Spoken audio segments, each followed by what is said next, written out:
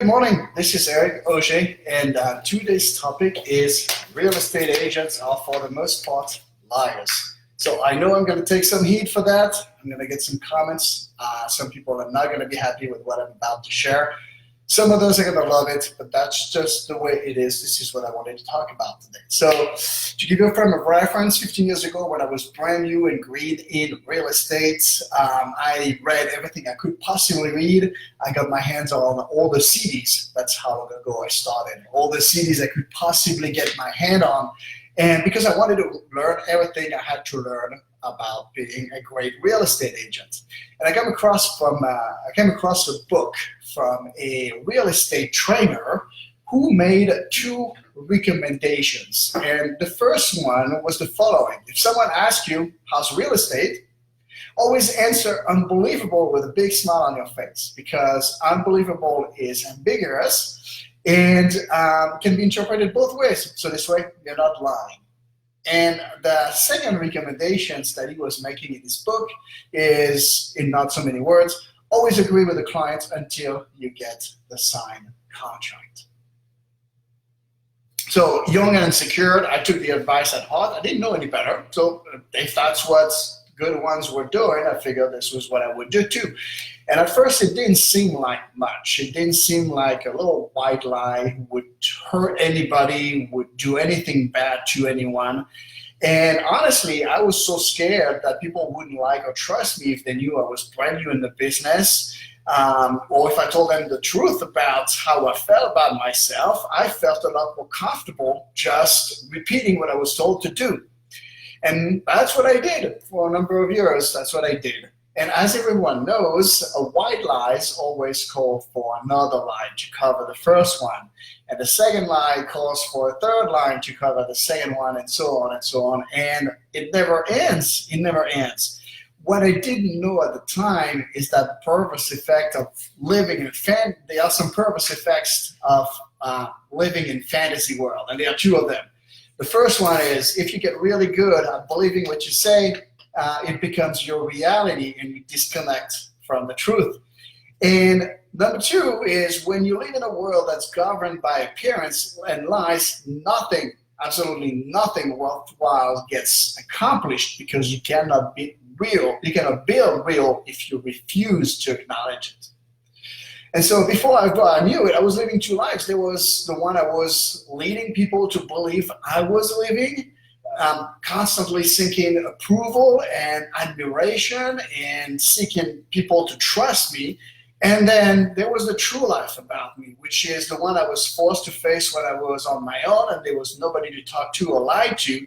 And that life was marginal results, incongruence, loss of myself, lies about money and production, lies about what was in my heart and my desire, and couldn't talk about my struggles to anybody. I had to keep that all by myself. That was my second life. So I had two lives, the one in public, which I was told this is what you need to do in order to be accepted, and what I was really, really feeling. And I was trying to push what I was really feeling as far down as I could so I could ignore it. And then, there was the truth about my life, and I had to push it down because it was just so difficult to reconcile both lives. And I see the same thing happening all over my industry. Agents who tell half-truth about what they're feeling, how well they're doing, who they are, what they want, what they accomplish, or even their past achievements. It's all lies, lies, lies, lies. Now, I'm not telling everybody is, but there are enough of them that it is worth talking about. And they live in a whole bunch of fantasy stories that are telling the world for fear that they themselves may not be accepted, may be rejected by the marketplace, not have any clients, and being rejected by their peers, their friends, their families, and moneyless. But the result is absolutely catastrophic, because they find themselves several years down the road realizing that they haven't created anything big because they have refused to acknowledge and make the truth part of their life. And they haven't participated to the greater good. How do I know that? Well, first and foremost, I was one of them. I have experienced the pains of having to constantly hide. I've experienced the devastating pain of divorce and feeling like I failed my children. I've experienced the confusion of not knowing who I am and who I stand for having created so many stories around me. You see, it's easy to get lost in a make-believe world, and there are so many twists and turns that eventually you'll run out of crumbs to find your way back to the light. And what happens at that moment is you realize that you're really alone. You're by yourself, isolated, by yourself. There is no one to save you. You fail to build strong friendships. Your family does not even know who you are anymore, so they avoid you, and you find yourself in complete isolation. And for what? Just because I was afraid of being not good enough, strong enough, smart enough, fast enough. And really, nobody cares about that. You know, looking back now, I know that people cares more about what's in my heart than what I drive, where I live, or how much I have. See, as I watch the real estate community, I see the same devastation happening over and over and over again, as if in 15 years nothing has changed. See, the unspoken rule that says that if you're a real estate agent, you must be perfect, you must be challenge-free, you must be smarter than your competition, and you must be doing better than everybody else. See, they drive fancy cars they cannot afford, lives in homes they cannot furnish, and wear little brand name suits that they buy on credit. They speak with the confidence of a king, brag about being number one, having sold a home for the highest price in the neighborhood, but all of that is made up. See, if you look beyond the appearance, if you could stick a GoPro camera on your forehead and follow these people all day long, you'd find they are prone to anxiety. You'd find that they have too many months at the end of their money. They have shallow relationships with their peers, dysfunctional families, credit card debts, worries, sadness, and sometimes even substance abuse. All for what? Because they are afraid the world wouldn't like them just the way they are. So they create a character to disguise their authenticity. And don't think so for a second that exposing the truth about my industry excludes me from it. I fight the exact same battles, with one difference though, is that I'm aware and awake, which gives me the opportunity to make daily choices about who I'm going to be. The liar who hides, or the man who's going to fight for his authenticity and his reality and his truth. And, you know, some of you may think I'm maybe a bit over dramatic, but I'm really not. Everything I'm talking about is actually supported by facts. Fact number one, according to the National Association of Realtors, the national average income of a real estate agent is just over $30,000 a year. That is before tax and before split with their broker. Now, to put that number in perspective, in 2019 in America, if your take-home income is less than $16,000 a year, you are considered to be under the poverty level. My question is, how can you afford fancy cars, suits, and houses, and business expenses when you earn so little? Well, that is the answer. The second statistics is in 2015, the National Association of Realtors commissioned a report called the Danger Report to identify and gather data that may affect the future of the industry and to monitor threats. And the first chapter of that report, interestingly, is titled Dangers Impacting Real Estate Agents. And here is what it says. I'm going to read because it's lengthy and I just want to quote accurately.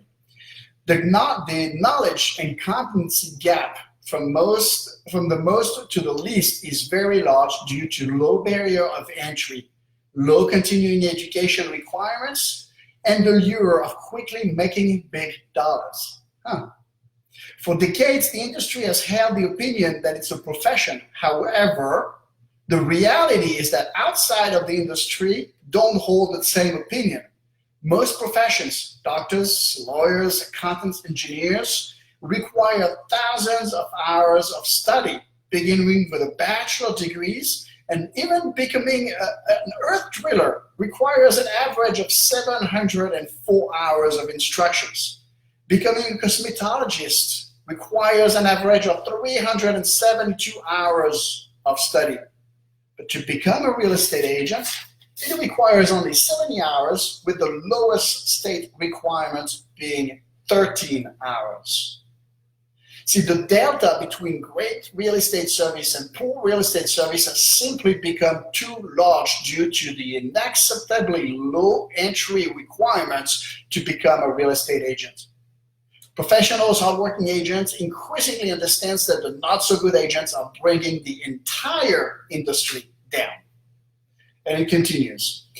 There are too many real estate agents that are simply not qualified to the level they should be. Furthermore, there are no meaningful education initiatives on the table to raise the national bar from real estate agents across the board. And while this lack of agent acknowledged is a significant danger in itself, when combined with the lack of basic competency, it could be destructive or harmful to both the industry, the consumer, and the agent himself. The real estate industry has long served the consumer at a local level, but in the opinion of many leaders, it has never really had a firm understanding of consumers as a collective, let alone understood that consumers are constantly evolving and changing. The industry's most frequently cited weakness in its inability to understand what consumers want. The problem is that consumers don't care about agents as much as agents would like to think consumers do. And the role of the agent not only can be and is being refined. Furthermore, numerous participants in the industries are guilty of violating key parts of the Consumer Bill of Rights, especially the consumer's rights to be informed, to choose, and to be heard. The root cause is often a failure to listen, or worse, appearing to listen, but failing to respond by concentrating on the transaction, i.e. the check, and not the consumer. Agent photos and self-brandings are omnipresent in sales. In many cases, the promotion of the real estate salesperson surpasses the importance of the house being sold.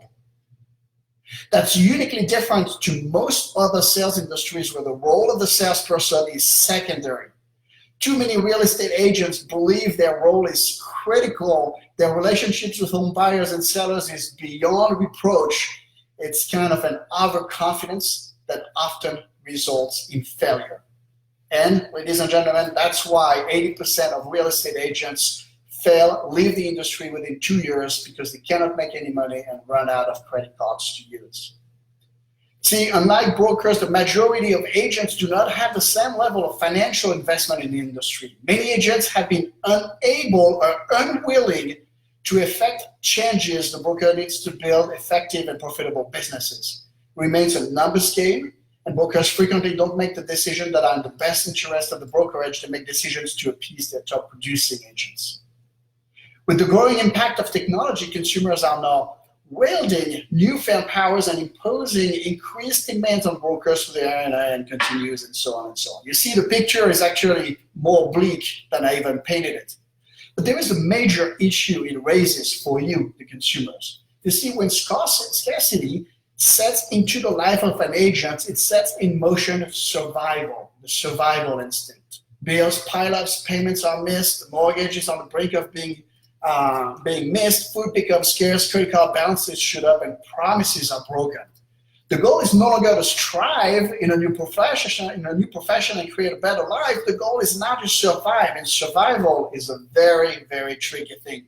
I've seen individuals that I held in very high regards do very questionable things just because they needed the check. I've even seen backroom deals being made to ensure a deal closes even at the expense of the clients. See, survival causes agents to completely dehumanize who they are working with. They no longer talk about you as a nice family who has important goals they want to accomplish. They talk about you as a lead that needs to be chased, messaged, and beaten down until money comes out of it. And at this point, you're not what their primary area of focus, their paycheck is. And this is tragic. It's tragic because you cannot expect honesty and empathy from someone who cannot look at the truth about him or herself first. It's just impossible. See, the sad state of my industry, and given the numbers of agents who enter the market at every upturn, you have a much, much greater chance of working with one of those lost souls than one of the 20% who are what they really say they are. So without the simple approach to sell house, you are no more informed about who you're dealing with in this business. But if you have not gotten the single approach to sell homes, you have a much greater chance of finding yourself in closing and home selling hell, where the home sits on the market, prices are reduced, and you're forced to deal with lowball offers.